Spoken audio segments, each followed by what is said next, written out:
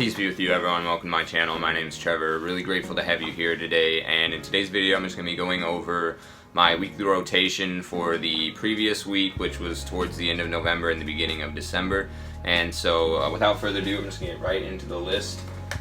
So Monday last week, it was kind of in the high 40s. There's a little bit, it's mostly sunny for the most part. And I just recently done like a cheap signature scents video, so I decided to wear Midjourney Parfum Pour Homme that day. So this is kind of like in the same vein as Bleu de Chanel. It's got a lot of the same notes. This one leans a little bit more shower gel-esque as opposed to kind of like natural smelling. Not that this is like overly synthetic or anything, but it does have some differences than from Bleu de Chanel. Really enjoyed wearing this one on Monday. Really pleasant, nice, beautiful ginger like Bleu de Chanel has, but there's an oak note in here that makes it a little bit more woody and definitely has its own nuances. But yeah, this was a great, easy, all-time, any weather, any season sort of pick that I rocked on Monday. Tuesday, it was partly cloudy, so it was like sunny for parts of the day and then cloudy and windy for other parts of the day. Still around in the 40s though. So I went with a fall staple, and that is Dolce & Gabbana's the one Eau de Parfum.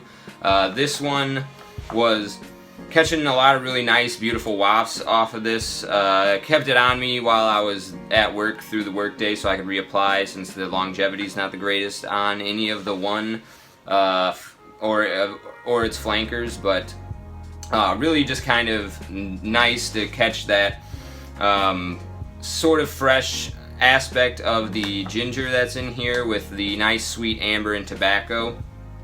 Beautiful fragrance for transitioning from the fall into the winter. Like, most of December is still technically the fall, but or at least for me, I kind of start my winter season at the beginning of December. But Tuesday, mostly cloudy, Dolce & Gabbana's the one Eau de Parfum.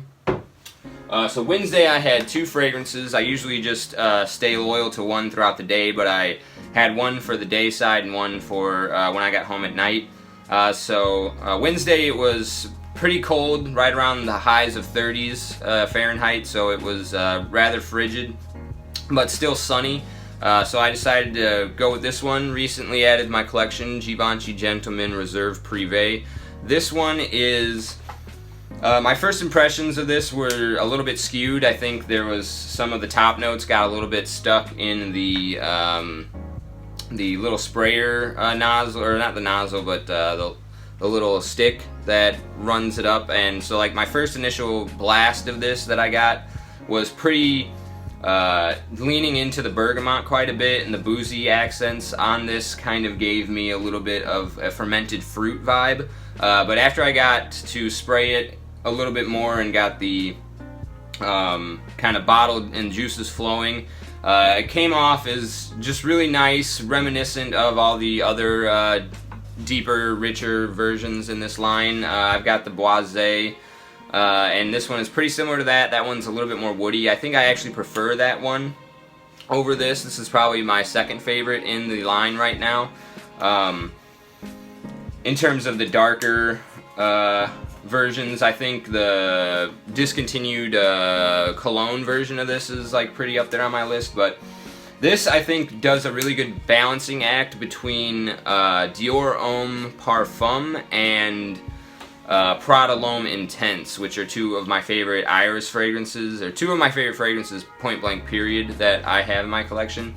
But this kind of has, it teeters really well down the middle between that really soapy, clean, fresh, bright sort of iris that you get in the Prada L'Homme line, especially in the Prada L'Homme Intense, and then also the sort of chocolatey, powdery, makeup, lipsticky kind of vibe that you get from the Dior Homme Parfum line.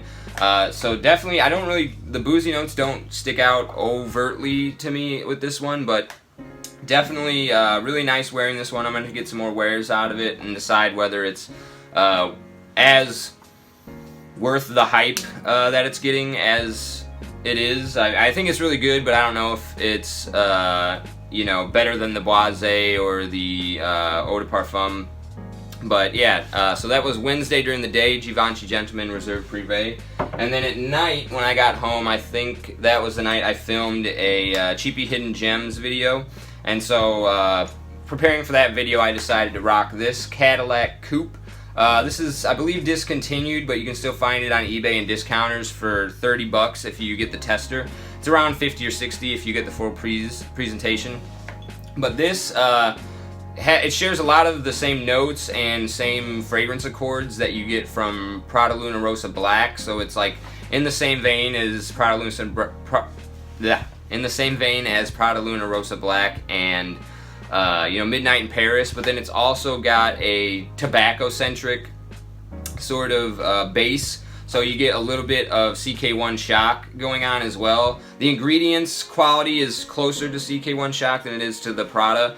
But still a really beautiful fragrance, nice and a little bit not quite earthy, but there's like this green overtone from like some herbs in here. And then you get like the powdery aspects, a little bit of like some balsam resins, and then the nice cherry tobacco vibe. Nice little hidden gem. Really enjoyed wearing this at night. It's a really comforting, cozy sort of fragrance to wear to bed. And that was my nighttime fragrance on Wednesday, Cadillac Coupe. So Thursday, still right around 30 degrees, really cold, but extra sunny, really bright, jovial sort of winter day. And this was another new one in my collection, so I've been wanting to get some wears out of it. And this is Oud Maliki from the House of Chopard. So this one you can get on fragrancebuy.ca for around 60 bucks. I got mine on FragranceNet for around 80.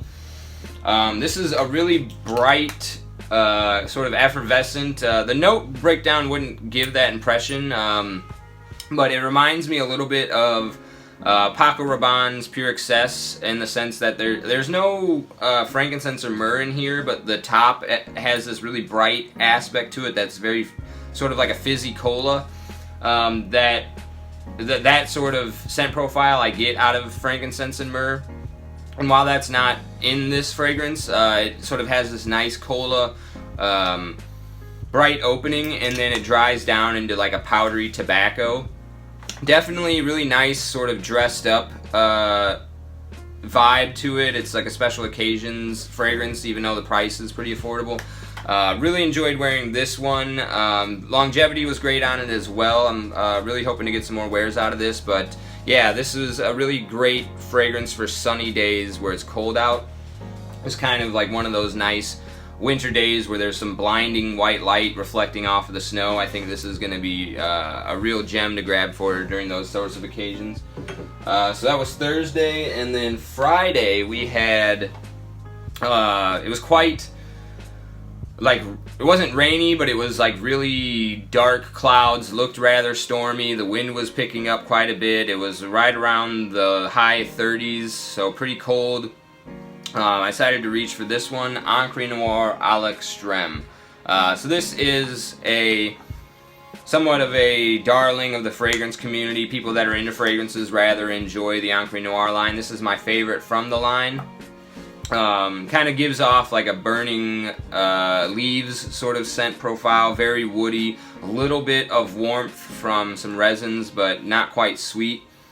Yeah, just really pleasant, enjoyable, and perfectly accented that sort of stormy, windy, but not rainy vibe, even though I do reach for this on rainy days. So that was my fragrance today for Friday, Encre Noir à l'Extrême. So Saturday, I actually found myself wanting to reach for this fragrance, which on my first impressions I wasn't overly excited about, but now that I've gotten some more wears out of it, I think it's a really nice, kind of like an office scent. Like, it puts me in the mood to get some work done, and it's got this sort of sterile, not quite fresh, but just like clean vibe to it. It's only got 3 notes listed, but I pick up a lot more going on. And it's the same perfumer that's done Parfums de Marly Layton, and this is going to be Deep Leather from the House of Angel Schlescher. So it's just got bergamot, leather, and vanilla in the official note breakdown. But I definitely pick up like some woods and some herbs that give it some green aspects to it. It reminds me very much of a less dated and more bright version of Lalique's Pour Homme, the Lion's Head version, which that one is supposed to smell like Creed's Bois de Portugal, but I haven't smelled that fragrance from Creed. But yeah, this is like a really nice, powdery, sweet, bright, clean office type scent with a little bit of leather running through the middle that makes it nice and masculine. This definitely growing on me. I picked this one up for like 43 bucks. Really, definitely an interesting house to look into, Angel Schlusher. I've got a few fragrances from them that are really high quality and well crafted, if a little boring in some sense. But that is my Saturday scent of the day. And then Sunday I did a top 10 cheap winter fragrances and decided to, after that video, to wear this one here, Givenchy's Pie.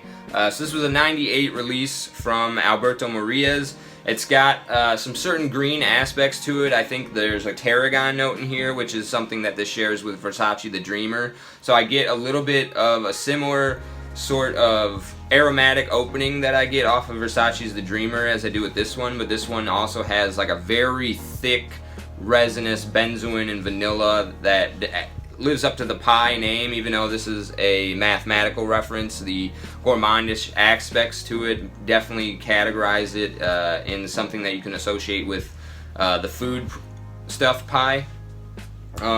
Yeah, this was exceptionally enjoyable of a wear. I haven't gotten as much wear out of this one as I have a lot of my other fragrances, so it was nice to break this one out. And yeah, it was really cold yesterday. I think we had high of highs in the 30s Fahrenheit again, so I went out and did a little bit of running around, got some laundry done, and went and saw my wife and brought her some hot chocolate while she was at work. And this was just kind of wafting off of me in the cold air and just giving me a little bit of, you know, kind of a festive enjoyment with a little bit of the green accents and the sweetness, just kind of playing into that December vibe. So that was Sunday's Givenchy Pie. And then a small sneak peek for next week's weekly rotation. Wearing all black today, heading into work. We've got black uniforms. So decided to, just got this one in recently. Monday today is going to be Tom Ford Ombre Leather Parfum. And that's a little sneak peek for next week. I appreciate you sticking with me to the end of this video. I hope, you know, this particular weekly lineup isn't that informative, I guess, because I was doing a lot of testing on new stuff that I got. I like to intend these videos to kind of highlight fragrances that I am wearing and that are worth owning because they're getting use out of them. But yeah, so I hope this was helpful. If nothing else, I hope it was entertaining and that we got an opportunity to, you know, enjoy each other's company in some sense. And I look forward to seeing you in the next one. Hopefully I'll have some more up, if not later tonight, definitely moving on throughout the week. So I look forward to seeing you in those. Take care.